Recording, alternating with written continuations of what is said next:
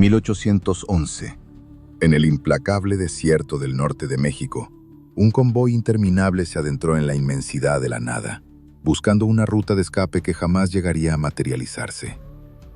Bajo un sol castigador que quemaba la piel y nublaba la razón, los individuos más buscados de toda la nación creyeron haber burlado finalmente a sus perseguidores. No sabían que, en ese preciso instante, cada uno de sus pasos desesperados ya estaba fríamente calculado y documentado en los expedientes de la inteligencia central. El viento árido quizás borró rápidamente sus huellas físicas en la arena, pero el aparato de rastreo gubernamental ya tenía los ojos fijamente clavados en su nuca. Aquellos líderes de alto perfil, que meses atrás poseían una capacidad de movilización absoluta, se habían reducido a simples objetivos en movimiento dentro del tablero de una cacería sin cuartel. Y hasta el día de hoy, el eco de lo que ocurrió en aquel paraje desolado sigue resonando en la memoria del país como la lección más escalofriante sobre vigilancia, persecución y traición en nuestra historia. Si quieres saber cómo los investigadores mexicanos enfrentaron este muro impenetrable y finalmente revelaron la verdad oculta, suscríbete ahora mismo y déjame en los comentarios el nombre del próximo caso que quieres escuchar. La historia de este expediente clasificado comienza justo después de un suceso masivo que desestabilizó por completo el orden y la seguridad de los territorios centrales. Los archivos oficiales de la época catalogan este evento previo como el gran colapso operativo en el puente de Calderón. Aquella tarde, la organización liderada por los objetivos principales sufrió un desmantelamiento estructural tan severo que su jerarquía interna quedó fragmentada sin posibilidad de reparación a corto plazo. Ya no había control absoluto. Ya no existía una logística coordinada ni líneas de comunicación seguras. Lo único que quedaba en pie en ese momento era el instinto primitivo de supervivencia y una ficha roja, una orden de aprehensión de máxima prioridad, emitida directamente por los altos mandos institucionales. La instrucción para las agencias del orden era clara, fría y definitiva: localizar, interceptar y procesar a los líderes prófugos antes de que lograran cruzar la línea fronteriza hacia el norte, donde planeaban reabastecer sus recursos financieros y evadir la jurisdicción nacional de manera permanente. El mando central estableció de inmediato una sala de crisis bajo un hermetismo total. Los mapas topográficos se desplegaron sobre enormes mesas de madera bajo la luz mortecina de los candiles, marcando con alfileres oscuros el último paradero confirmado de los prófugos. Los primeros reportes indicaban que se trataba de un convoy verdaderamente monumental. Las estimaciones de los agentes encubiertos desplegados en campo reportaban a miles de individuos moviéndose de forma errática y caótica, transportando pesados carruajes cargados de valores sustraídos, documentos altamente comprometedores y el remanente de una maquinaria que alguna vez paralizó al país entero. Sin embargo, los investigadores más experimentados de la agencia sabían que un grupo de tales dimensiones era, desde la estricta perspectiva de la vigilancia táctica, un blanco extraordinariamente torpe y vulnerable. Es operativamente imposible ocultar una caravana de ese tamaño en un terreno despoblado sin dejar un rastro evidente. Las pesadas ruedas dejaban surcos profundos en la tierra reseca, marcas que los peritos leían con absoluta claridad. Los analistas de inteligencia comenzaron a triangular las posibles rutas de escape basándose en la necesidad biológica de supervivencia. Sabían perfectamente que el destino final de los fugitivos era el territorio estadounidense, la única zona de exclusión donde podrían inyectar capital fresco a su operación clandestina. Pero la geografía norteña se erigía como una prisión natural. Para llegar a ese supuesto santuario, debían atravesar obligatoriamente la implacable región de Coahuila, un entorno hostil, despiadado y sin piedad para quienes ignoran sus secretos. Fue entonces cuando la vasta red de informantes, cuidadosamente cultivada por las autoridades durante años, comenzó a arrojar resultados tangibles. Los reportes llegaban celosamente encriptados mediante contactos que cabalgaban bajo la densa cobertura de la noche. La información confirmó la hipótesis inicial. Los sospechosos se movían pesadamente, sumamente agotados, mermados por las condiciones climáticas extremas y, lo que resultaba vital para la investigación, profundamente consumidos por la paranoia. El proceso de rastreo se transformó rápidamente en una obra maestra de la vigilancia a distancia y la recopilación de evidencia circunstancial. El equipo especial de investigadores, comandado por las mentes más calculadoras de la autoridad gubernamental, comprendió que intervenir a un contingente de tal magnitud mediante una confrontación directa resultaría en un absoluto desastre. Un escenario de caos incontrolable podría proporcionar la cortina de humo perfecta para que los líderes principales, los verdaderos cerebros operativos de la organización, lograran evadir el cerco perimetral y desaparecer de los registros oficiales para siempre. El objetivo central de la misión no consistía bajo ninguna circunstancia en detener a la multitud. La misión primordial era ejecutar una extracción quirúrgica, silenciosa y definitiva, de las cabezas del movimiento. Los gruesos expedientes sobre la mesa se centraban exclusivamente en dos sujetos de altísimo interés investigativo. El objetivo A, ampliamente conocido por ser el arquitecto ideológico del movimiento, y el objetivo B, el estratega operativo principal. Ambos individuos representaban un riesgo crítico para la estabilidad del sistema mientras respiraran aire en libertad. La directiva de seguimiento pasivo se implementó en el campo con una disciplina verdaderamente férrea. Diferentes células de vigilancia encubierta, formadas por rastreadores silenciosos que se fundían a la perfección con el paisaje polvoriento, comenzaron a documentar cada patrón de comportamiento del convoy fugitivo. Observaban a una distancia prudente, resguardados detrás de los matorrales secos, registrando metódicamente las horas precisas de descanso, el declive progresivo en el consumo de sus raciones hídricas y el palpable deterioro del estado anímico general. Los informes preliminares que aterrizaban en el escritorio de los mandos revelaron un dato táctico crucial para la fase de intercepción. La caravana no solo estaba perdida físicamente en la vastedad del desierto, sino que se encontraba al borde de un colapso psicológico irreversible. La escasez crítica de suministros de primera necesidad y la presión asfixiante de saberse constantemente acechados por la maquinaria de la ley habían comenzado a fracturar la moral de la estructura. Pero fue el minucioso análisis conductual el que arrojó el hallazgo más oscuro, revelador y prometedor para la fuerza persecutora. Existía una grieta profunda y dolorosa en la mismísima cúpula de mando. Los perfiles indicaban que los objetivos de alto valor ya no viajaban juntos dentro del mismo perímetro de seguridad, como solían hacerlo en sus días de absoluto control. Había una separación física evidente, y más importante aún para el psicólogo criminal a cargo, una enorme brecha de desconfianza mutua entre ellos. Los expedientes confirmaban que las fallas operativas previas habían sembrado una semilla altamente tóxica en sus mentes. Se responsabilizaban el uno al otro por el trágico incidente que derivó en la pérdida de sus territorios principales. La paranoia, aquel enemigo invisible y letal que corroe la mente del delincuente acorralado, ya estaba haciendo el trabajo de demolición desde el interior de sus propias diligencias. El jefe de la unidad especial analizó esta invaluable información con una frialdad casi mecánica.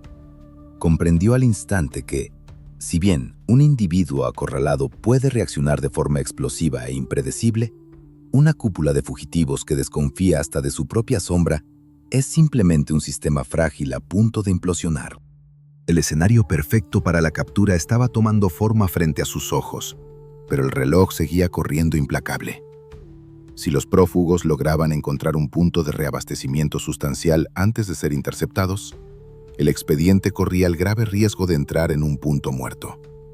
Se requería actuar sin la más mínima demora, evitando a toda costa cualquier ruido mediático o alteración del orden público.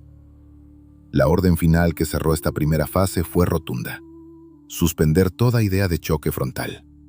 A partir de ese momento, el peso absoluto del operativo recaería en el oscuro arte de la inteligencia humana y la manipulación psicológica. Mientras la densa noche envolvía el desierto y el viento helado tomaba el relevo del sol abrasador, los agentes de vigilancia mantuvieron sus posiciones estratégicas, aguardando como sombras pacientes en la inmensidad. El rastro físico estaba plenamente asegurado. Las autoridades conocían la ubicación exacta de sus objetivos, predecían su trayectoria futura y, sobre todo, habían mapeado sus mayores vulnerabilidades emocionales. El cerco institucional se cerraba lentamente sobre ellos, sin prisa, pero sin ninguna pausa. El gran muro impenetrable que hasta entonces protegía a los infames líderes estaba a punto de ser vulnerado desde su núcleo más débil. Así concluyó la primera etapa de investigación, marcando el inquietante prólogo de un viaje sin regreso. En las entrañas del mando central, muy lejos del polvo asfixiante y del sol abrasador que castigaba implacablemente al convoy de prófugos, la verdadera cacería estaba tomando una forma mucho más sofisticada, silenciosa y letal. Los altos comisionados de la agencia de investigación habían descartado por completo la idea de autorizar un asalto táctico directo en campo abierto. Sabían que una movilización masiva de elementos de seguridad solo generaría un caos innecesario, una cortina de humo territorial que los líderes de la organización podrían utilizar para escabullirse hacia la frontera norte. En su lugar, el equipo especializado en rastreo y captura se encerró en una sala de análisis fuertemente custodiada. Bajo la luz mortecina de las lámparas de aceite y envueltos en una densa nube de humo de tabaco oscuro, los peritos abrieron los voluminosos expedientes de los principales sospechosos. Para desarticular una red criminal de esta magnitud, no bastaba con conocer su ubicación geográfica. Era estrictamente necesario desmantelar su mente. El operativo entró así en su fase de perfilación psicológica. La ciencia del análisis de comportamiento aún no figuraba en los manuales modernos, pero los agentes más curtidos de la inteligencia gubernamental mexicana conocían a la perfección sus principios más oscuros. Entendían que cualquier fugitivo, sin importar el poder que alguna vez haya ostentado, es en el fondo un ser humano vulnerable al estrés extremo, a la privación del sueño y, sobre todo, a la desconfianza. Las mesas de caoba del despacho se cubrieron rápidamente con reportes confidenciales, testimonios de informantes infiltrados y bitácoras de vigilancia que detallaba los patrones de conducta de los dos individuos de mayor jerarquía en la estructura de los evadidos. Las autoridades necesitaban encontrar el punto de fractura exacto, esa grieta invisible por la cual pudieran introducir la hoja del bisturí investigador para provocar el colapso definitivo desde adentro. El primer legajo clasificado que revisaron a fondo correspondía a Hidalgo, catalogado estrictamente en los organigramas de las agencias como el Objetivo A. Las notas elaboradas por los analistas lo describían de manera fascinante y peligrosa. Un individuo dotado de un magnetismo personal extraordinario, capaz de ejercer un control casi hipnótico sobre las masas. El perfil conductual indicaba que este sujeto operaba bajo un idealismo sumamente arraigado, lo que le otorgaba una fe inquebrantable en su propia causa. Sin embargo, esta misma característica era su mayor deficiencia operativa. Los investigadores documentaron que el Objetivo A carecía por completo de disciplina logística, de realismo estratégico y de visión a largo plazo. Era un hombre impulsado por la grandiosidad del momento, propenso a tomar decisiones viscerales que ignoraban por completo los protocolos de seguridad más básicos. Frente a la inmensa presión de la huida, su perfil sugería un desapego progresivo de la realidad, un ensimismamiento que lo volvía ciego ante los peligros inminentes que acechaban a la caravana. Se comportaba menos como un prófugo acorralado y más como un mártir intocable, una ilusión cognitiva que las fuerzas del orden planeaban aprovechar al máximo. En marcado contraste, el documento correspondiente a Allende, designado operativamente como el Objetivo B, proyectaba la imagen de un individuo diametralmente opuesto, lo que generaba un foco rojo de advertencia en los mapas de la agencia. El Objetivo B era, sin lugar a dudas, el verdadero cerebro logístico y estratégico de la organización. Su evaluación psicológica lo delineaba como un hombre frío, calculador, inmensamente pragmático y dotado de un razonamiento metodológico excepcional. Él era quien realmente comprendía la vital importancia de las rutas de suministro, el manejo de recursos financieros y el establecimiento de perímetros de seguridad tácticos. No obstante, los reportes más recientes de los informantes encubiertos revelaban que este sujeto se encontraba bajo un nivel de estrés que rozaba el punto de quiebre absoluto. Su frustración no derivaba únicamente de la persecución implacable del Estado, sino de la falta de orden y del comportamiento errático del Objetivo A. El estratega detestaba la improvisación, y la situación actual de su grupo era el epítome del descontrol. La fricción entre estos dos perfiles psicológicos era exactamente el catalizador que el equipo de investigadores gubernamentales estaba buscando. Los agentes interceptaron una serie de comunicaciones internas que confirmaron sus sospechas más optimistas. La cúpula de la organización estaba profundamente fracturada.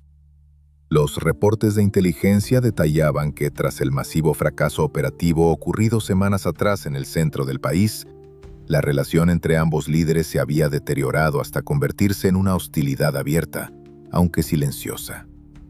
Se culpaban mutuamente por el trágico incidente que los había despojado de sus principales zonas de influencia y los había arrojado a la desesperación del desierto.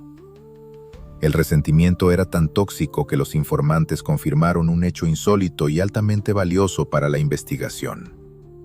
El objetivo B había despojado de facto al objetivo A de cualquier autoridad operativa sobre el contingente, relegándolo a ser una simple figura decorativa dentro de la caravana de escape.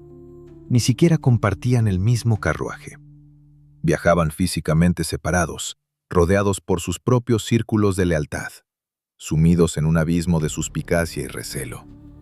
El analista en jefe de la agencia cerró los expedientes con un golpe seco que resonó en la habitación insonorizada. El diagnóstico era claro y contundente. La organización fugitiva era una bomba de tiempo alimentada por la paranoia. La desconfianza mutua había erosionado sus defensas psicológicas mucho antes de que el clima extremo del norte comenzara a mermar sus cuerpos. Un grupo que desconfía de sus propias sombras es estadísticamente incapaz de identificar una amenaza externa real si ésta se presenta disfrazada de una falsa solución.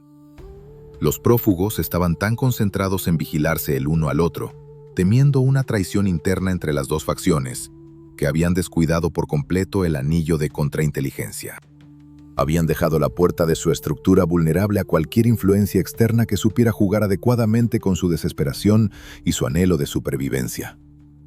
Con esta radiografía conductual sobre la mesa, la directiva de la investigación tomó una decisión unánime. No habría despliegue de fuerzas para una confrontación frontal. Eso solo serviría para unirlos nuevamente ante un enemigo común. La estrategia maestra consistiría en implementar una operación encubierta de máxima discreción, utilizando la psicología inversa y la manipulación de información clasificada. Para atrapar a zorros tan viejos y experimentados, que conocían de sobra los manuales de evasión, el golpe decisivo no podía venir desde afuera con uniformes y placas.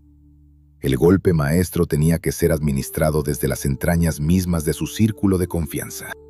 Necesitaban inyectar un elemento externo que actuara como un salvavidas ilusorio, alguien capaz de ganarse el oído del calculador objetivo B y aislarlo por completo de la realidad. Las miradas de los altos mandos se dirigieron entonces hacia el archivo de contactos en reserva. Había llegado el momento exacto de activar a un activo dormido, un operador que ejecutaría el engaño más grande y letal en los registros de la crónica policial del país. El escenario estaba listo para la introducción de una pieza clave en el tablero de la traición. Para atrapar a los objetivos más escurridizos de todo el territorio nacional, la maquinaria de inteligencia gubernamental sabía que debía operar en la más absoluta oscuridad. Habiendo trazado un meticuloso mapa mental de sus presas y tras confirmar la profunda fractura psicológica que dividía a los líderes del contingente fugitivo, la dirección de la agencia de investigación necesitaba desesperadamente un catalizador. Un asalto frontal y ostentoso estaba completamente descartado de los manuales de procedimiento de esta misión. Necesitaban un fantasma, una figura capaz de caminar entre los sospechosos sin levantar la más mínima alerta en su ya exacerbado sistema de paranoia. Los analistas de la agencia escudriñaron febrilmente los archivos y expedientes de antiguos colaboradores del movimiento, buscando el eslabón más débil, la pieza resentida que pudiera ser manipulada. Así fue como un hombre en particular, un antiguo operador táctico que alguna vez compartió la mesa de decisiones con la cúpula, apareció bajo la fría luz de la lámpara de interrogatorios. Su expediente oficial lo identificaba bajo el apellido de Elizondo. Este sujeto poseía el perfil criminológico exacto que la unidad especial requería para ejecutar la fase de infiltración. Conocía a la perfección las rutas clandestinas, dominaba los códigos de comunicación interna, y lo que resultaba ser el factor de mayor valor para los investigadores, albergaba un profundo y amargo rencor contra la estructura jerárquica de los prófugos.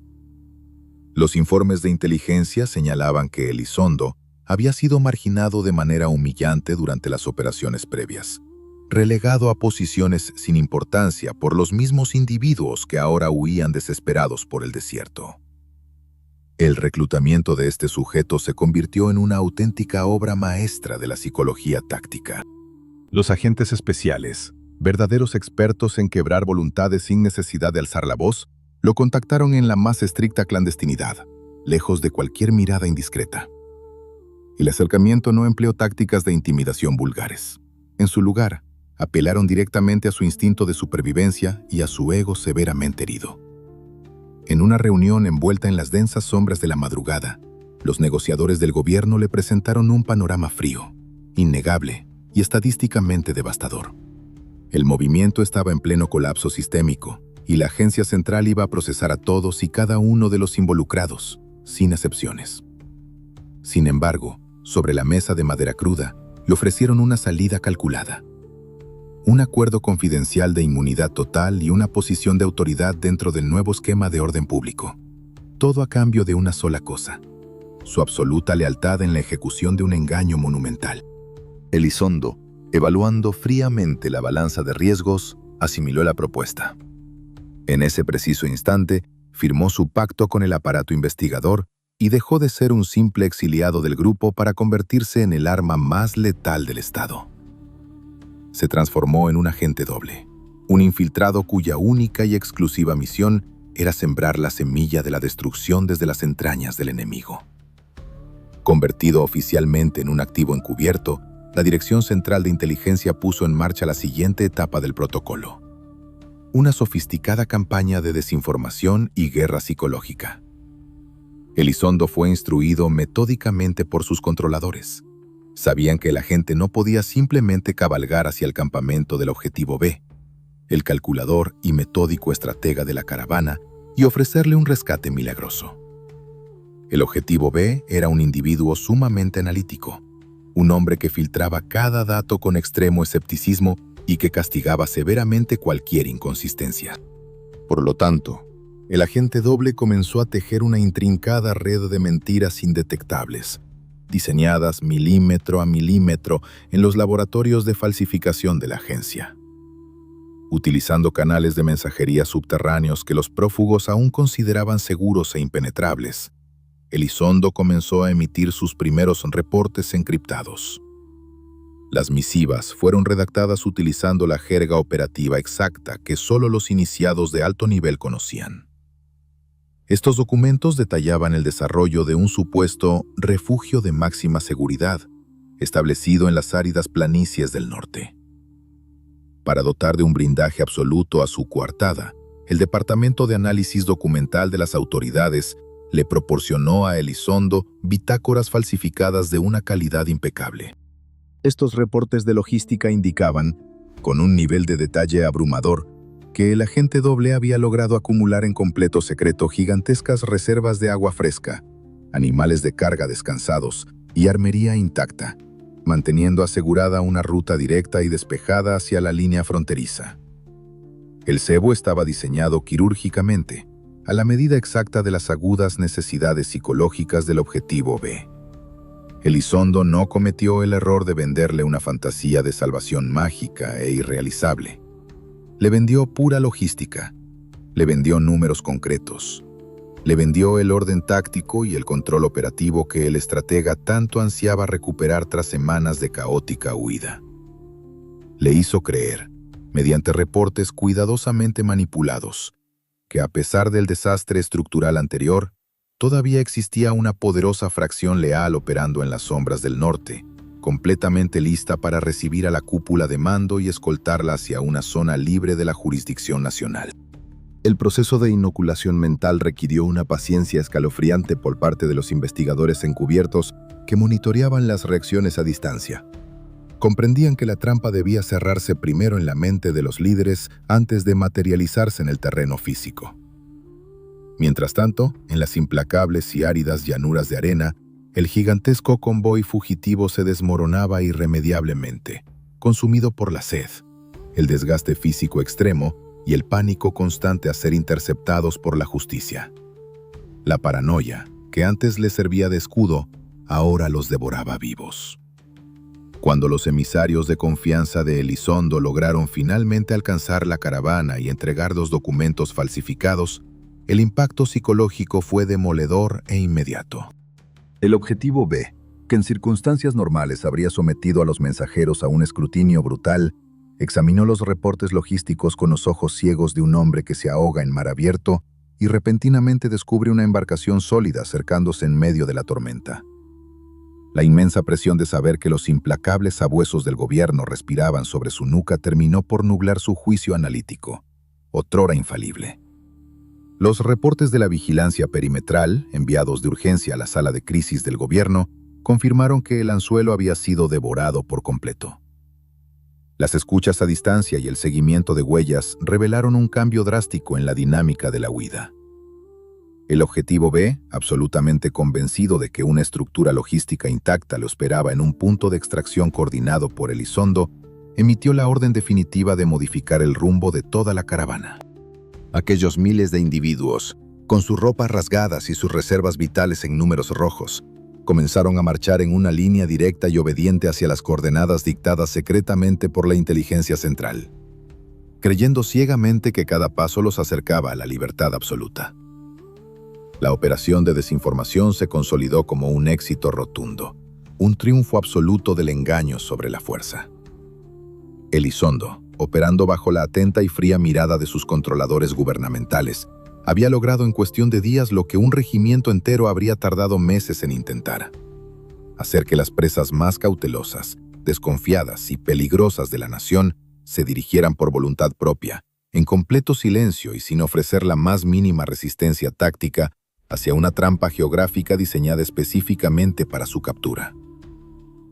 El escenario físico para el desenlace final ya estaba elegido, y la cuenta regresiva para el colapso del imperio fugitivo había comenzado a correr. En los cuarteles generales de la agencia de investigación, muy lejos del sofocante polvo que asfixiaba a los prófugos, la atmósfera en la sala de crisis era gélida, silenciosa y absolutamente metódica. Con la fase de infiltración operando a la perfección y el agente doble controlando el flujo de información en la mente de los líderes fugitivos, el mando central se enfrentaba ahora al desafío más grande del operativo: elegir el lugar exacto para cerrar la red. Atapar a una caravana monumental compuesta por miles de individuos, decenas de carruajes pesados y una cantidad incalculable de activos financieros requería mucho más que un simple despliegue de fuerza bruta. Los planificadores tácticos sabían que un error de cálculo en el terreno podría desatar un evento caótico, permitiendo que los objetivos de alto valor, identificados como el objetivo A y el objetivo B, se escabulleran a través de las brechas del cerco perimetral. Necesitaban un escenario que trabajara a favor de las autoridades. Un entorno que sometiera a los sospechosos antes de que siquiera se dieran cuenta de que estaban bajo custodia. El desierto de Coahuila estaba a punto de convertirse en el arma más letal y silenciosa del Estado.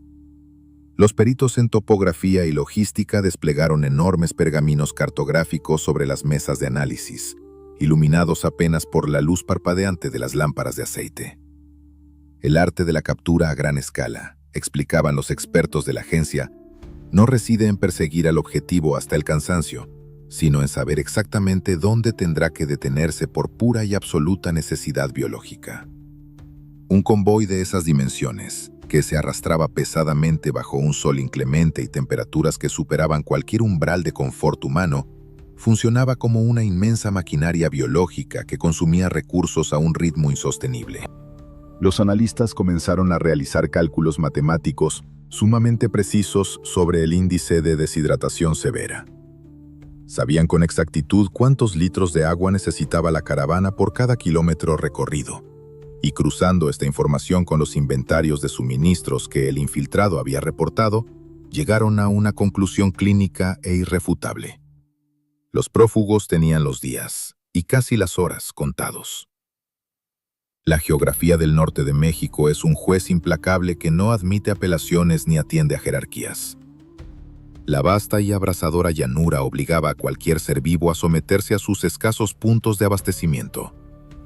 Los cartógrafos de la inteligencia gubernamental trazaron con una regla de madera la ruta que el agente encubierto había inducido en la mente del calculador Objetivo B.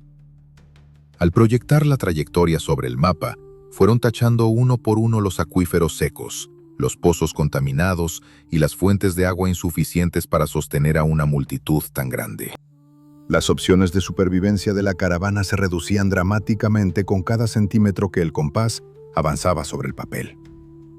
Finalmente, la punta afilada del instrumento de medición se detuvo en seco sobre unas coordenadas muy específicas, el único oasis viable en cientos de kilómetros a la redonda. El nombre del lugar quedó marcado con tinta roja en el expediente definitivo: Las Norias de Baján. A simple vista, para cualquier viajero desesperado o para un fugitivo con el juicio nublado por la paranoia y la sed extrema, Las Norias de Baján representaba la salvación absoluta, un milagro en medio del infierno de arena. Sin embargo, para los ojos fríos y calculadores de los estrategas de la ley, ese punto geográfico no era un refugio, era una anomalía topográfica, un diseño natural que parecía haber sido esculpido específicamente para facilitar una emboscada de proporciones históricas. Los expedientes topográficos describían el lugar con una precisión escalofriante. El pozo de agua no se encontraba en una llanura abierta donde los fugitivos pudieran mantener un perímetro de visión periférica amplia, sino que estaba enclavado en una sutil depresión del terreno, meticulosamente resguardado tras la curvatura de una loma baja. Esta colina, aparentemente insignificante en el vasto panorama del desierto, era el ingrediente maestro para el operativo táctico. Actuaba como un escudo visual y acústico perfecto. Constituía lo que en la jerga de investigación de campo se denomina un punto ciego absoluto. Si una unidad de avanzada ingresaba al perímetro de la loma para llegar al agua, quedaba inmediatamente incomunicada, cortando todo contacto visual con el resto de la caravana que aguardaba su turno en la retaguardia. Era un embudo natural, una trampa geométrica de la cual era físicamente imposible escapar una vez que se cruzaba el umbral del terreno. Los analistas tácticos esbozaron una sonrisa imperceptible al comprender la magnitud de su ventaja.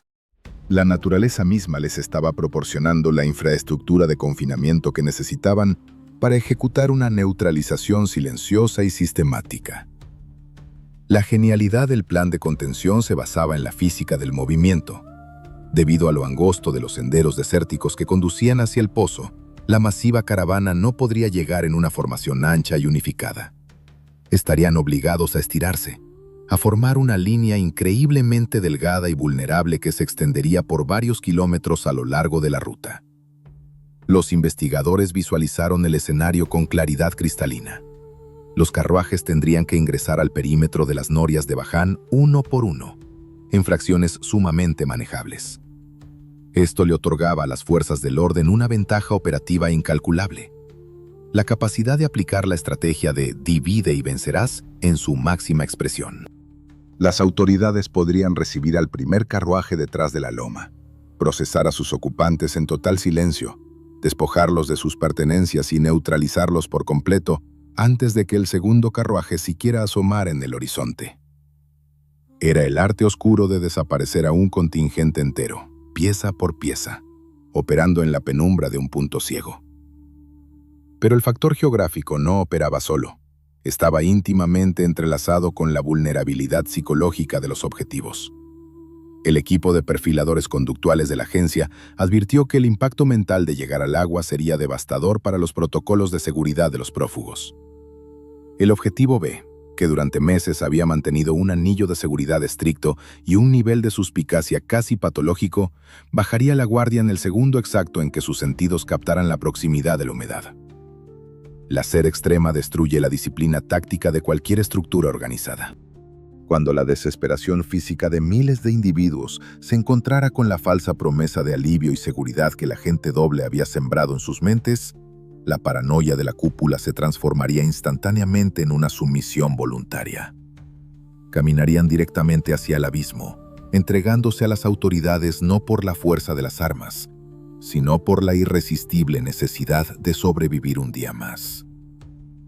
Con el análisis topográfico y conductual integrado en un solo expediente maestro, el director de la Unidad Especial de Investigación firmó el documento final de autorización. La operación pasaba de la teoría en los mapas a la ejecución inminente en el campo. Se giraron órdenes estrictas y confidenciales a los equipos de reacción rápida que aguardaban en las sombras del territorio norteño. La directriz era inquebrantable: movilizarse bajo la estricta cobertura de la noche, ocupar los puntos ciegos alrededor de las norias de Baján y fusionarse con el entorno árido hasta volverse invisibles. No debían emitir ningún sonido, no debían encender fuego alguno. Tenían que convertirse en parte del desierto mismo, aguardando con la paciencia de un depredador experimentado. La geografía de la trampa estaba trazada, calculada hasta el último milímetro y lista para ser activada. El inmenso convoy fugitivo se acercaba ciegamente al punto de no retorno, mientras el reloj del Estado marcaba los últimos instantes de su falsa libertad. Bajo el manto protector de una noche inusualmente gélida en el desierto norteño, la teoría plasmada en los voluminosos expedientes de inteligencia comenzó a transmutarse en una realidad táctica implacable. La directiva central había sido autorizada y el equipo de reacción rápida, una unidad de élite cuidadosamente seleccionada por su extrema disciplina y frialdad operativa, inició su avance hacia las coordenadas marcadas en rojo: las norias de Baján. No se trataba de un batallón pesado, torpe ni ostentoso. Era un escuadrón ágil, diseñado específicamente para la infiltración perimetral y el control sistemático de multitudes sin detonar ningún tipo de altercado en campo abierto. La orden directa de los altos mandos era absoluta y no admitía el más mínimo margen de error táctico. El despliegue del contingente debía ejecutarse bajo un sigilo verdaderamente sepulcral. Los manuales de procedimiento para esta noche fueron sumamente estrictos. Se prohibió terminantemente encender cualquier tipo de fuego, por pequeño que fuera, que pudiera revelar su posición geográfica. Las cerraduras de las monturas fueron envueltas metódicamente en tiras de cuero crudo para amortiguar el sonido del impacto contra la piedra del camino, y todo el equipo metálico de los agentes fue asegurado al cuerpo para evitar el más tenue de los tintineos. En la inmensidad de la madrugada, los elementos de la autoridad se convirtieron en espectros operativos, fusionándose a la perfección con la oscuridad de las lomas secas que rodeaban el ansiado acuífero. La geografía de la trampa, aquel embudo natural que los peritos topográficos habían analizado con tanta precisión en la sala de crisis, los recibió como un guante hecho a la medida. Los efectivos tácticos tomaron sus posiciones estratégicas exactamente detrás del punto ciego de la loma, creando una medialuna de contención perfecta, una red invisible lista para atrapar a sus objetivos. La tensión en el aire era densa, casi asfixiante, pero la disciplina de los agentes se mantenía intacta. Las horas de espera en la penumbra suelen ser el mayor enemigo de cualquier investigador de campo. Es el momento crítico donde la mente juega trucos oscuros, donde el cansancio extremo amenaza con quebrar la concentración y cualquier movimiento en falso puede comprometer meses de planeación. Sin embargo, los líderes de escuadrón sabían perfectamente que la paciencia era el arma más letal y sofisticada de todo el dispositivo de seguridad. Observaban el horizonte, apenas iluminado por la luz de las estrellas, aguardando el momento exacto en que la inmensa maquinaria biológica de los fugitivos cruzara la línea de no retorno. Mientras el cerco perimetral se afianzaba sólidamente en las sombras, a varios kilómetros de distancia en la llanura abierta, la fase psicológica del operativo entraba en su etapa más delicada. El activo encubierto estrella de la agencia, el agente doble que operaba magistralmente bajo el apellido de Elizondo, sabía que el éxito rotundo de la misión dependía de un movimiento fríamente calculado. Si el dispositivo de contención gubernamental simplemente aguardaba de forma pasiva detrás de la colina, existía el riesgo microscópico pero inaceptable de que el objetivo B, siempre calculador, pragmático y consumido por una paranoia severa, decidiera enviar a sus propios exploradores de confianza para asegurar el perímetro antes de arriesgar a la cúpula principal. Para evitar categóricamente que los protocolos de seguridad de los prófugos arruinaran la operación, era estrictamente necesario anular su capacidad de raciocinio analítico mediante un estímulo irresistible. Había llegado el momento exacto de lanzar el cebo. Con la autorización implícita de sus controladores en la inteligencia central, Elizondo preparó a un pequeño y selecto grupo de emisarios subordinados. Esta vanguardia conformaría una supuesta comitiva de bienvenida que avanzaría al encuentro frontal del convoy fugitivo. Estos individuos no portaban elementos de persuasión agresiva. Sus herramientas eran infinitamente más efectivas para manipular a una multitud que se encontraba al borde del colapso biológico. Llevaban consigo recipientes rebosantes de agua fresca, raciones de suministros intactas y, lo que resultaba ser la carga más peligrosa de todas, un mensaje verbal meticulosamente diseñado en los laboratorios de guerra psicológica del Estado.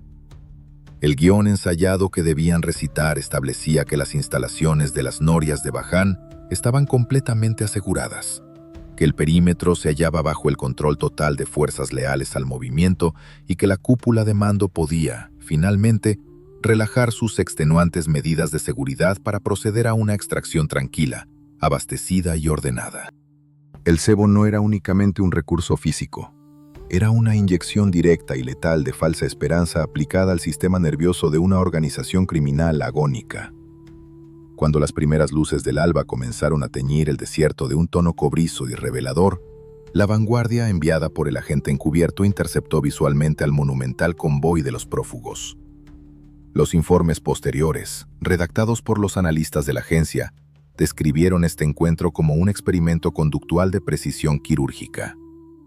Al ver acercarse a los jinetes desconocidos en el horizonte, la maquinaria defensiva del contingente intentó reaccionar por pura inercia de supervivencia.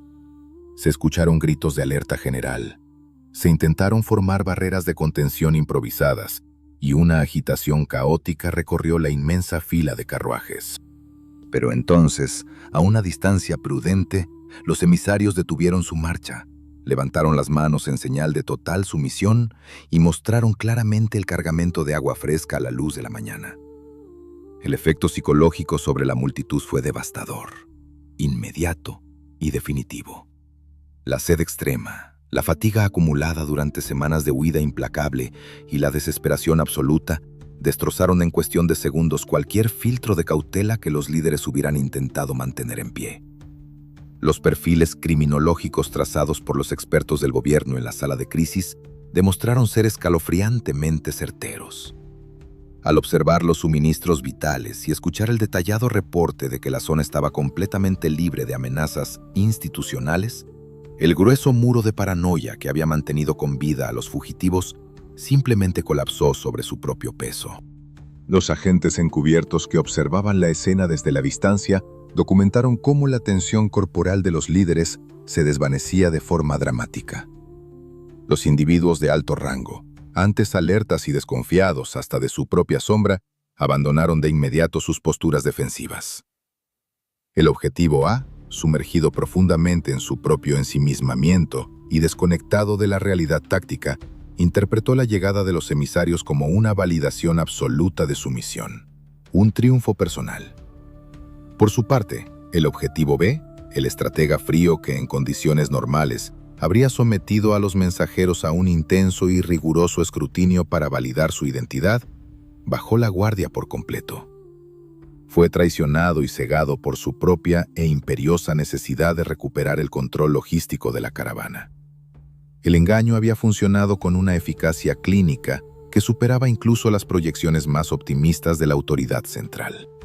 La cúpula fugitiva, absolutamente convencida de que caminaba hacia un santuario impenetrable coordinado por Elizondo, emitió la instrucción final de avanzar sin restricciones de velocidad, rompiendo por completo cualquier formación de seguridad perimetral. Los pesados carruajes reanudaron su marcha, acelerando el paso trágicamente, impulsados únicamente por la urgencia irracional de alcanzar el agua prometida. Atrás quedaron las sospechas. Atrás quedó el instinto de preservación. Se convirtieron en una masa inmensamente vulnerable, ciega a la realidad letal de su entorno. De vuelta en el punto cero de la operación, resguardados tras la sutil colina que ocultaba el verdadero rostro de las norias de Baján, el escuadrón táctico de las autoridades contuvo la respiración. Comenzaron a escuchar el inconfundible y sordo retumbar de cientos de ruedas de madera acercándose pesadamente por el sendero angosto. El plan maestro había alineado con perfección matemática todas sus piezas en el tablero. Las presas habían mordido el cebo con una voracidad implacable, y ahora, marchando por su propia y libre voluntad, se dirigían directamente hacia el punto ciego del cual no habría retorno posible. El comandante a cargo del dispositivo de contención levantó una mano enguantada en la penumbra, ordenando a sus elementos preparar las herramientas de sometimiento en el más absoluto y helado de los silencios. El momento de la espera había concluido. El viento seco del desierto pareció detenerse, como si la naturaleza misma aguardara el cierre inminente de la trampa más grande en la historia de la persecución criminal del país. La mañana del 21 de marzo de 1811 amaneció con una quietud verdaderamente perturbadora sobre la aridez extrema del territorio norteño. En los rigurosos manuales de táctica operativa de la inteligencia gubernamental, esa fecha quedaría marcada para siempre como el clímax de la paciencia y el cálculo frío. El sol comenzó a elevarse muy lentamente, proyectando sombras alargadas sobre la loma que ocultaba el estratégico acuífero de las norias de Baján. Detrás de esa sutil barrera natural, el escuadrón de reacción rápida aguardaba en un silencio absolutamente sepulcral, con los músculos tensos y las respiraciones contenidas. No eran simples uniformados de patrullaje regular, eran auténticos especialistas en contención, expertos de élite en el oscuro arte de desmantelar amenazas masivas sin encender la más mínima chispa de caos. El escenario estaba milimétricamente preparado para la emboscada. La geografía, esa trampa perfecta que los analistas habían seleccionado con bisturí en la sala de crisis, estaba a punto de devorar a sus presas con una eficacia clínica y sumamente despiadada. A lo lejos, el sonido sordo y constante de la madera crujiendo contra la tierra seca anunciaba la llegada de la colosal caravana. Tal como lo habían anticipado con escalofriante precisión los peritos en logística de la agencia, el contingente fugitivo había perdido por completo su formación de seguridad perimetral. Obligados por la estrechez del sendero que serpenteaba hacia el espejismo del oasis, los miles de individuos y los pesados carruajes se habían visto forzados a estirarse drásticamente. Transformaron lo que alguna vez fue una masa compacta e intimidante en una línea delgada, frágil y vulnerable que se prolongaba por kilómetros en el horizonte pálido. Esta era exactamente la falla estructural que el mando central necesitaba explotar. En términos de investigación criminal avanzada, se trataba de una fragmentación inducida. Al dividir a la enorme multitud en segmentos pequeños y fácilmente manejables, el aparato del Estado anulaba de tajo cualquier posibilidad de una resistencia coordinada. Los prófugos, consumidos por la urgencia biológica de la sed extrema y cegados por el señuelo del agente encubierto, marchaban directamente hacia el punto ciego como si se tratara de una procesión guiada por el hipnotismo. El primer carruaje de la vanguardia, tirado por bestias profundamente exhaustas y flanqueado por individuos que a duras penas lograban sostenerse en pie, cruzó finalmente el umbral visual de la colina de contención. En el instante exacto en que la pesada unidad de transporte descendió por la suave pendiente hacia la depresión del terreno, cortando instantáneamente todo contacto visual y auditivo con el resto de la inmensa columna que venía en la retaguardia, la maquinaria implacable de la autoridad se activó. No hubo estridentes gritos de advertencia. No se leyeron protocolos a viva voz ni se emitieron comandos sonoros. De entre los matorrales resecos y las densas sombras de las formaciones rocosas, los elementos tácticos emergieron fluidamente como fantasmas. La orden superior era ejecutar una neutralización absoluta y estrictamente silenciosa. Con movimientos mecánicos, sincronizados y ensayados hasta el agotamiento, los agentes de la ley rodearon el carruaje en cuestión de un par de segundos. La superioridad numérica y posicional en ese minúsculo perímetro aislado era sencillamente abrumadora. Antes de que los agotados ocupantes del vehículo pudieran procesar mentalmente que la anhelada promesa de agua fresca era en realidad un montaje letal diseñado por la inteligencia gubernamental, ya tenían las extremidades inmovilizadas.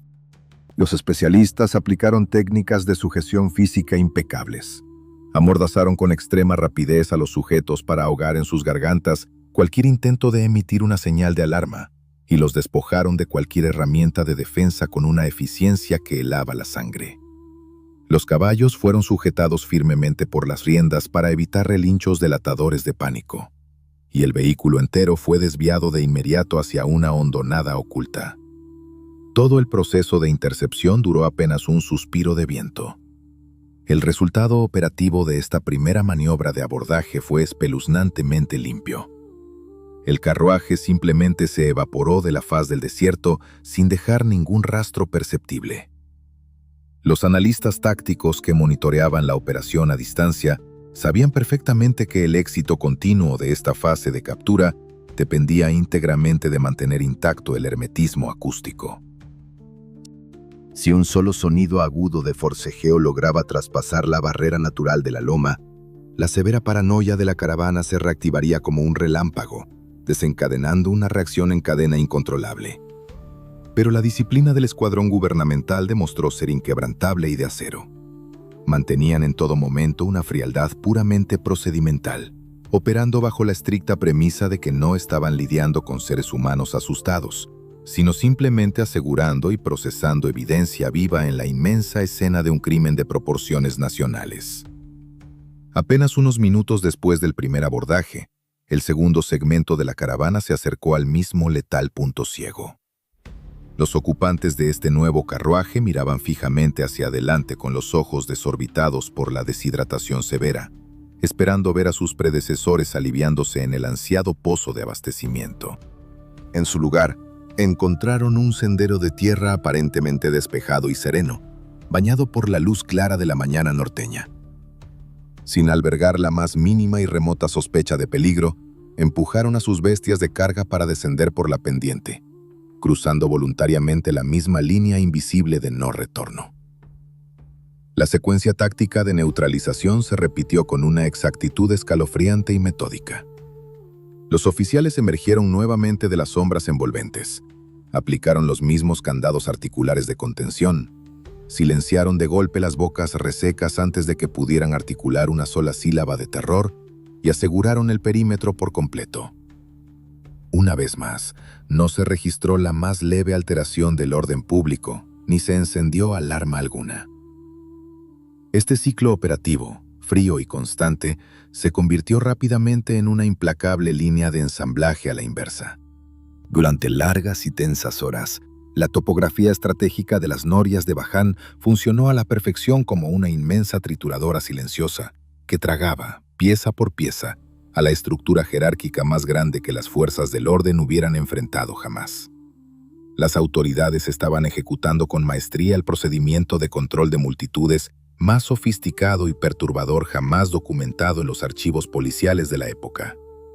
Segmento tras segmento, carreta tras carreta, los individuos ingresaban inocentemente al embudo geográfico buscando la salvación prometida por las cartas del agente doble, solo para colisionar de frente y en absoluto silencio con el muro impenetrable de la justicia institucional. La verdadera y siniestra brillantez de la operación radicaba precisamente en esta magistral asimetría de información. Mientras la pesada retaguardia de la caravana, a varios kilómetros de distancia en la llanura, continuaba su marcha con la moral inusualmente restaurada, creyendo ciegamente que la vanguardia ya estaba asegurando el perímetro de extracción norteña. La cruda realidad en el punto cero era diametralmente opuesta.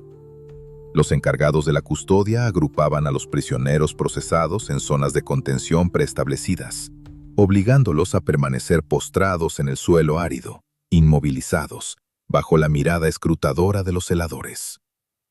El nivel de silencio impuesto era tan opresivo que el único sonido que impregnaba el área de confinamiento era la respiración agitada y el latir frenético de cientos de individuos que finalmente asimilaban la aplastante magnitud de la trampa.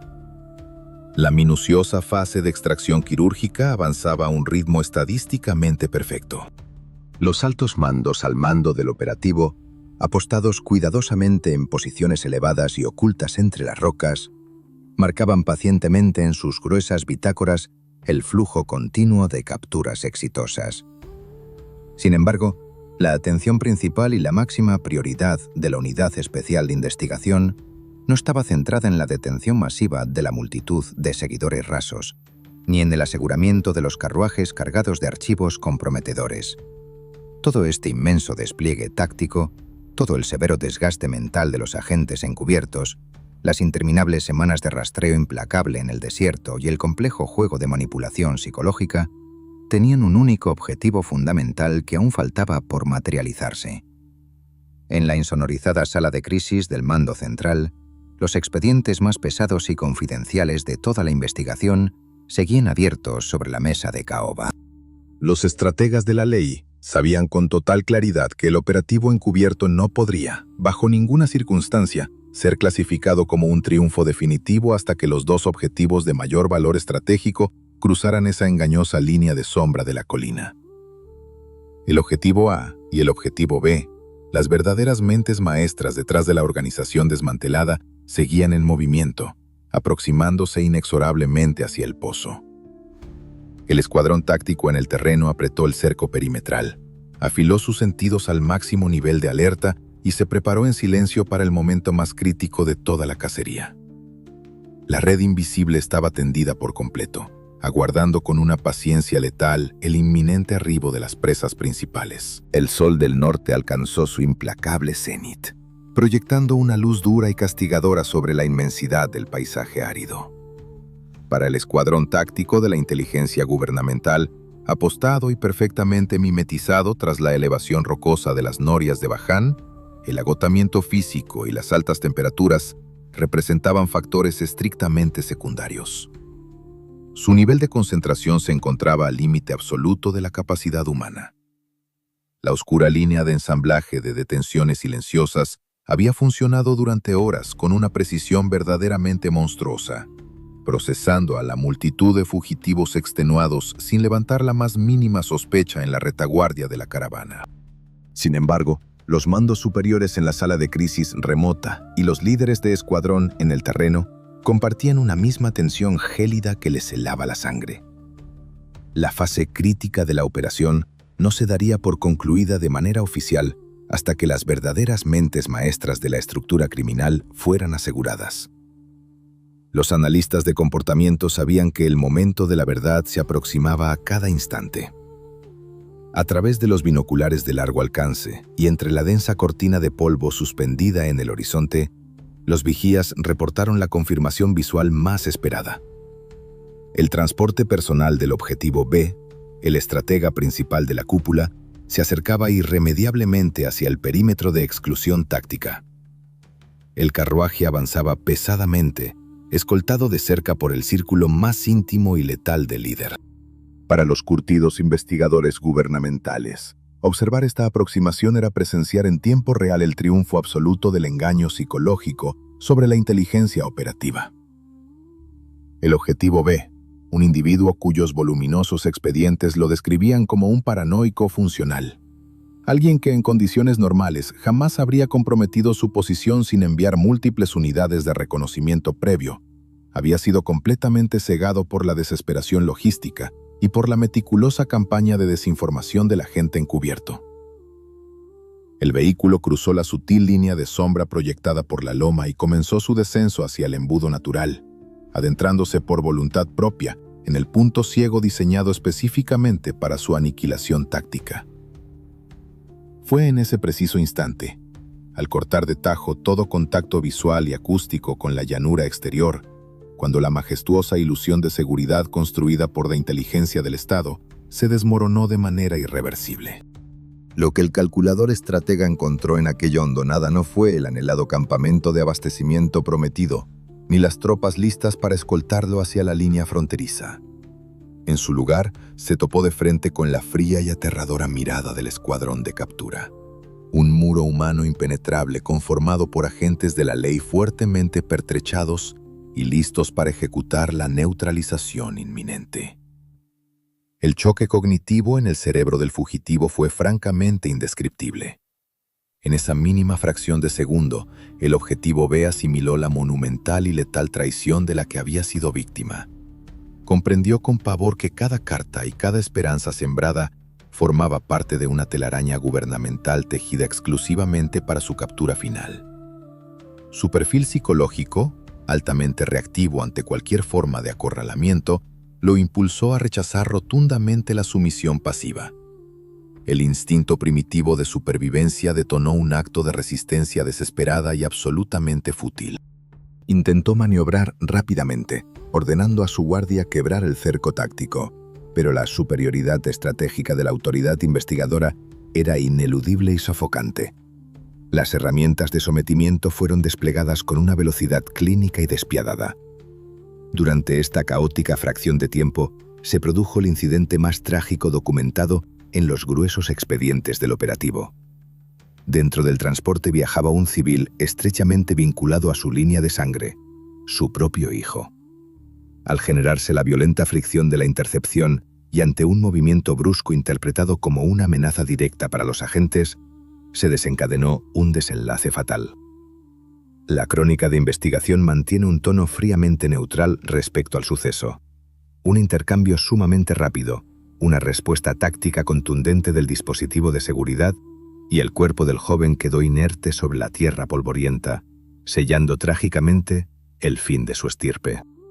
Presenciar aquel fatídico incidente frente a sus propios ojos destrozó de manera instantánea y definitiva la voluntad del objetivo B.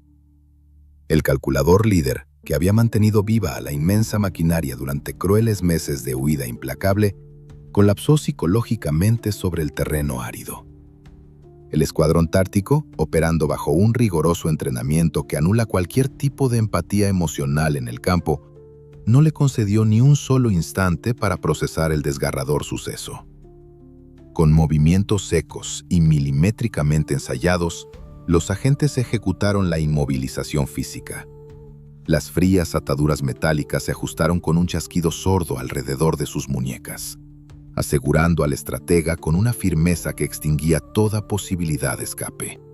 Inmediatamente, los peritos procedieron a registrar sus pertenencias con guantes de cuero, extrayendo documentos de altísimo valor de inteligencia, libretas de contactos y mapas marcados que automáticamente pasaban a ser evidencia forense bajo la estricta custodia del Estado. El prisionero de alto valor, ahora despojado de cualquier rango o jerarquía, fue arrastrado hacia las zonas profundas de confinamiento temporal en total silencio. La primera gran cabeza de la cúpula había sido amputada operativamente de la estructura delictiva. Con el estratega plenamente neutralizado y puesto a disposición de las autoridades, el reloj táctico de la operación reanudó su marcha lenta y agonizante. Tuvieron que transcurrir varias horas de espera adicional bajo el sol abrasador del desierto para que el minucioso expediente arrojara su última pieza de caza en el tablero. Los perfiladores conductuales de la agencia habían pronosticado con semanas de anticipación una dinámica de aproximación diametralmente opuesta para el objetivo A, la figura ideológica y máximo líder histórico de la estructura. Y los reportes no se equivocaron en lo más mínimo. Aislado profundamente en su propio ensimismamiento, completamente disociado de la cruda realidad logística y confiado ciegamente en un aura de superioridad que ya solo existía en su mente alterada, el objetivo A se acercó al punto de emboscada con un ritmo inusualmente pausado, casi protocolario. Su reducida caravana ingresó al perímetro de exclusión táctica sin mostrar el más mínimo rasgo de cautela ni sospecha perimetral. Él creía firmemente que descender hacia el pozo de las norias de Baján significaba su entrada triunfal hacia una base segura, el inicio del abastecimiento y el renacimiento inminente de su violento movimiento. El contraste entre su grandiosa fantasía de líder intocable y la dura realidad operativa fue espeluznante.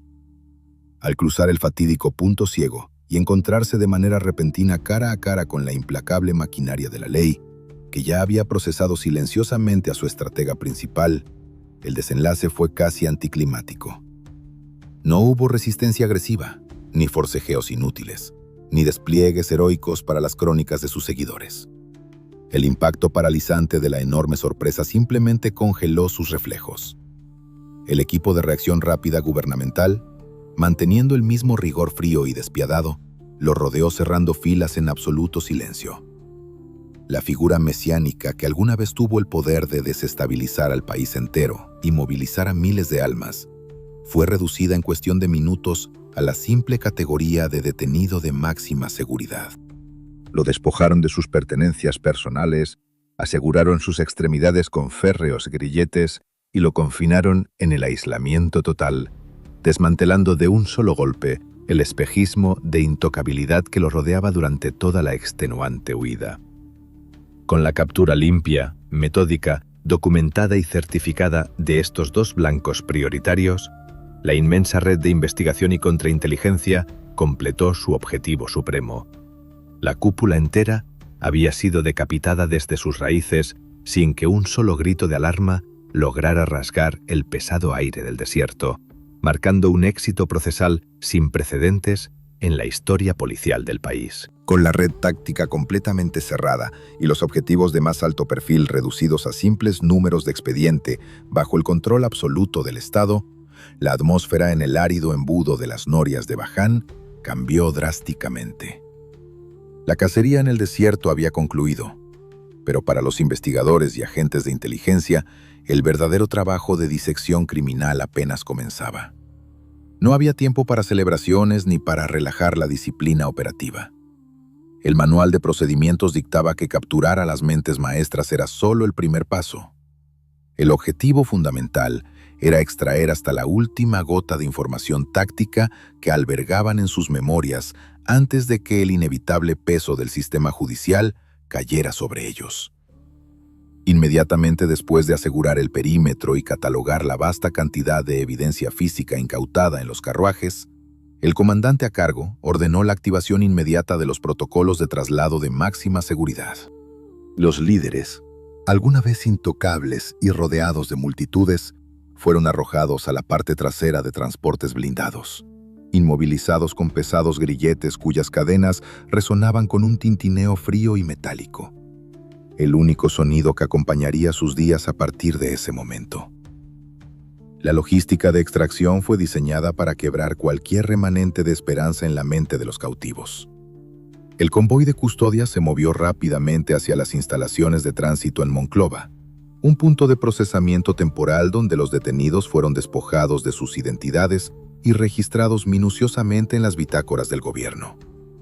Sin embargo, ese no era su destino final. Para albergar a individuos de tal peligrosidad, cuyas redes de influencia aún podrían intentar una maniobra de rescate desesperada, las autoridades requerían una fortaleza impenetrable.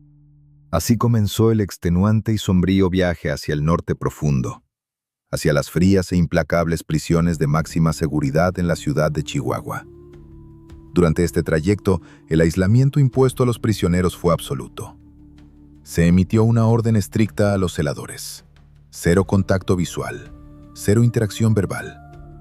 Los prisioneros viajaron en la más densa oscuridad, tragando el polvo del camino, sumergidos en el abismo de sus propios pensamientos, procesando lentamente la magnitud de la traición que los había llevado a la ruina.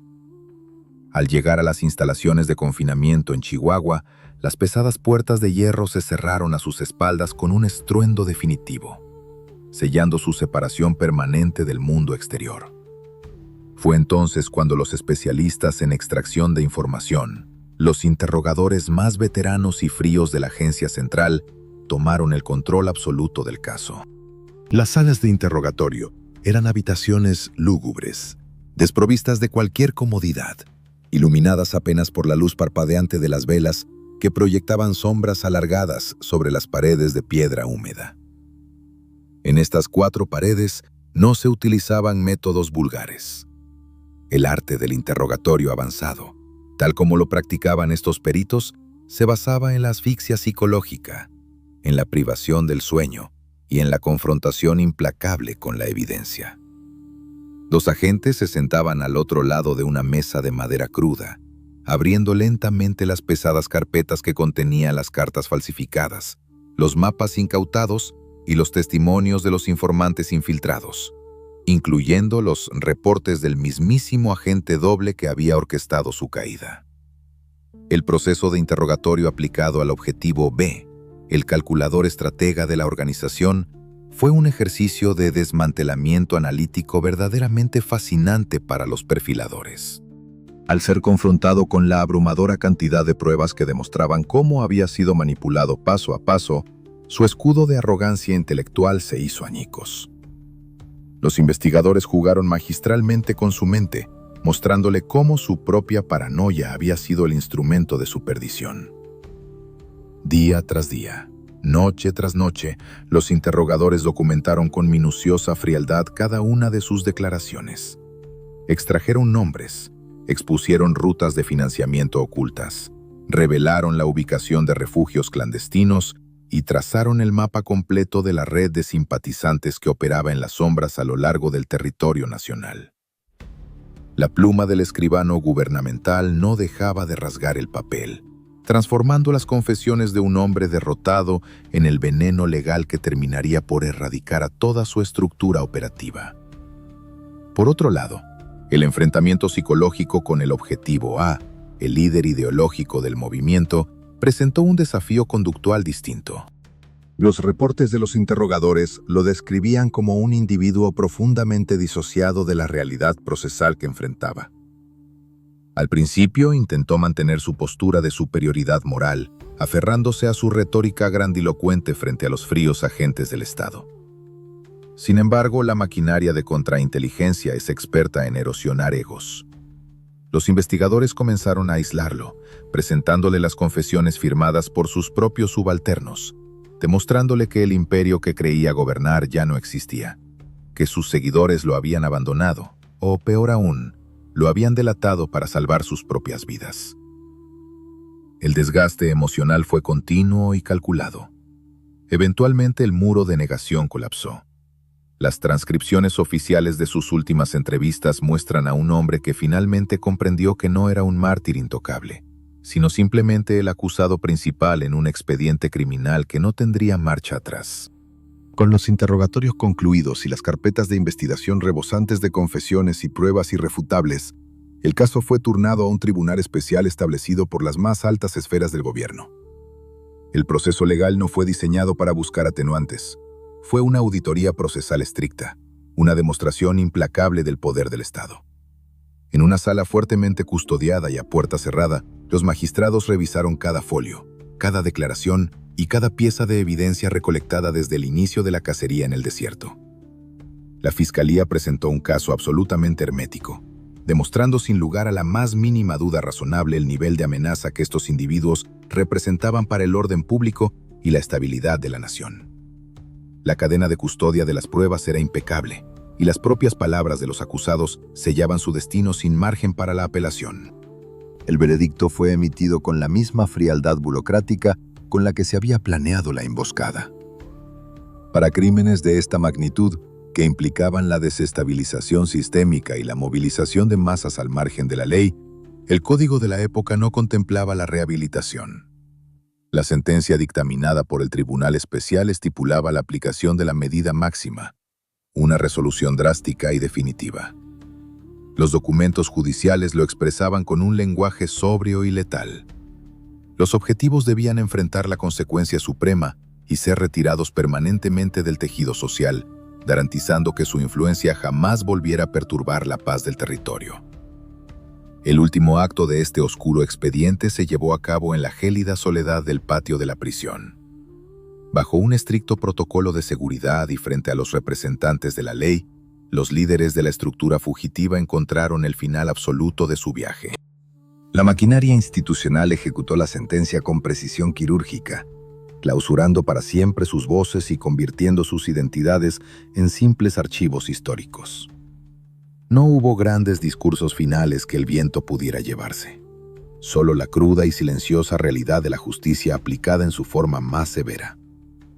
Así, los hombres que alguna vez hicieron temblar los cimientos del país terminaron sus días no en un campo de batalla abierto, sino procesados, sentenciados y neutralizados en el frío rincón de una fortaleza norteña, como la última página de un expediente que el Estado finalmente decidió cerrar. En las altas esferas del mando central, muy lejos de las celdas frías de Chihuahua y del polvo asfixiante del desierto norteño, un oficial de alto rango cerró finalmente las gruesas tapas de cuero del expediente maestro. El sonido sordo del cartón golpeando la mesa de caoba marcó la clausura oficial de la operación táctica más brillante, despiadada y silenciosa en la historia de la inteligencia gubernamental del país. Las norias de Baján ya no era simplemente un punto geográfico perdido en la inmensidad árida de Coahuila. Se había transformado en un concepto, en una doctrina policial, en el estándar de oro absoluto para cualquier futura labor de contrainteligencia y desarticulación de estructuras criminales. La inmensa amenaza que durante meses mantuvo en jaque a la seguridad nacional, que movilizó a miles de individuos y que amenazaba con desestabilizar las instituciones desde sus cimientos, no fue extinguida en un choque frontal, ni mediante un despliegue de fuerza bruta. Fue asfixiada lentamente en la penumbra, ahogada por su propia paranoia y neutralizada por el cálculo milimétrico de mentes frías que operaban desde las sombras del Estado. El análisis post-mortem del caso, redactado minuciosamente por los peritos y perfiladores de la agencia, arrojó conclusiones que cambiarían para siempre la forma de concebir la persecución de alto nivel. Los manuales de procedimiento de los agentes investigadores fueron reescritos por completo, basándose en el éxito rotundo de esta cacería en el desierto. La primera gran lección táctica que dejó el expediente fue la irrelevancia de los números cuando se tiene el control absoluto de la información clasificada. La gigantesca estructura fugitiva superaba en una proporción abrumadora a los pocos elementos del escuadrón de reacción rápida apostados detrás de aquella sutil colina. Sin embargo, la fuerza física de la multitud fue anulada de tajo por la asimetría del conocimiento. Al inyectar datos falsificados directamente en el flujo nervioso de la cúpula, a través del agente encubierto, las autoridades lograron que la colosal maquinaria de los prófugos trabajara en su propia contra. Fueron guiados dócilmente, paso a paso, hacia un abismo geográfico, convencidos hasta el último segundo de que caminaban hacia una zona de confort. El engaño táctico, documentado rigurosamente en los archivos, demostró ser un arma infinitamente más devastadora que cualquier dispositivo de contención. Pero el verdadero triunfo perturbador de la Operación Baján radicó en la profunda comprensión de la psicología humana llevada al límite. Los investigadores no solo interpretaron mapas topográficos, leyeron a la perfección las mentes fracturadas de sus objetivos principales. Identificaron la grieta exacta en la relación de mando entre el objetivo A y el objetivo B. Esa mezcla tóxica de resentimiento, desconfianza mutua y severo delirio que surge de forma natural cuando un grupo se ve acorralado por el peso ineludible de la ley. La inteligencia institucional no sembró la paranoia dentro del convoy. Simplemente la cultivó pacientemente en la oscuridad y aguardó con una frialdad letal a que diera sus oscuros frutos. El despliegue de Elizondo, el operador marginado convertido de la noche a la mañana en el instrumento de infiltración perfecto, es estudiado en las academias hasta el día de hoy como el pináculo de la manipulación conductual. Este sujeto, motivado exclusivamente por su instinto de supervivencia y un profundo rencor acumulado, fue la llave maestra invisible que desarticuló los recelosos protocolos de seguridad de los individuos más escurridizos de la nación. El impacto de este trágico desenlace para la red de prófugos generó una onda expansiva que reconfiguró de inmediato el panorama del orden público nacional. Una vez aplicadas las sentencias máximas sobre los líderes en el Tribunal Especial, el aparato de justicia se aseguró de que el mensaje preventivo fuera incuestionable, permanente y psicológicamente aterrador para cualquier otra facción que pretendiera desafiar la autoridad de las instituciones. Aunque las figuras centrales fueron retiradas definitivamente de la sociedad, procesadas y silenciadas en el frío aislamiento del norte, el peso de sus nombres y la cruda narrativa de su captura fueron utilizados como una advertencia implacable. La maquinaria gubernamental se encargó del asunto de tal forma que el recuerdo de los altos mandos caídos no inspirara nuevos actos de desobediencia, sino que infundiera un terror paralizante y absoluto. Se demostró de manera empírica, fría y calculada, que nadie, por más poder de convocatoria que poseyera o por más lealtad inquebrantable que creyera inspirar en su círculo íntimo, estaba verdaderamente fuera del alcance del sistema. El Estado confirmó que tenía ojos vigilantes en todas partes, oídos atentos en los rincones más silenciosos y, sobre todo, la espeluznante capacidad de convertir a los aliados más cercanos en los verdugos más eficientes de todos. Con el incesante paso del tiempo, la arena del implacable desierto norteño borró por completo las profundas huellas dejadas por los pesados carruajes. Los vientos secos se llevaron consigo los últimos ecos de la desesperación, el tintineo metálico de los grilletes ajustándose en las muñecas y el suspiro colectivo de miles de individuos manipulados que cruzaron voluntariamente la loma hacia su propia perdición táctica. Las Norias de Baján volvió a ser un paraje mudo, hostil e indiferente al enorme drama humano y procesal que allí se había orquestado con tanta precisión. Sin embargo, en los sótanos más oscuros y restringidos de los archivos de seguridad central, el voluminoso expediente de la operación permanece totalmente intacto. Resguarda entre sus densas páginas amarillentas el testimonio innegable de cómo se diseña, se ejecuta y se cierra una trampa perfecta, sin margen para el error. Es un recordatorio sumamente gélido de que, en el intrincado y peligroso juego del gato y el ratón, el enemigo más letal rara vez es el investigador que te persigue abiertamente, dejando un rastro evidente. El verdadero peligro, la sombra que te empuja al vacío con una sonrisa tranquilizadora, suele dormir en tu propio campamento. Comparte tus raciones diarias y custodia celosamente tus secretos más oscuros. Este expediente clasificado nos enseña de manera brutal que la mente del fugitivo es la geografía más traicionera que existe.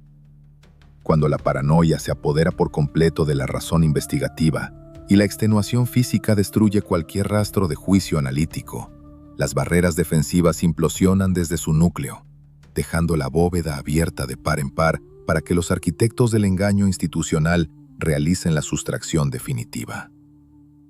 La crónica de lo que ocurrió en aquella fatídica y silenciosa mañana en la aridez de México es el relato supremo sobre el arte de la emboscada invisible.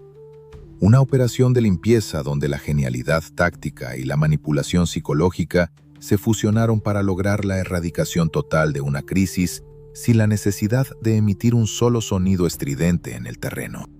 Y así, el archivo de la cacería más metódica y asfixiante de nuestra historia se cierra, dejando tras de sí un eco de frialdad gubernamental y una lección que perdura inquebrantable en las sombras del tiempo.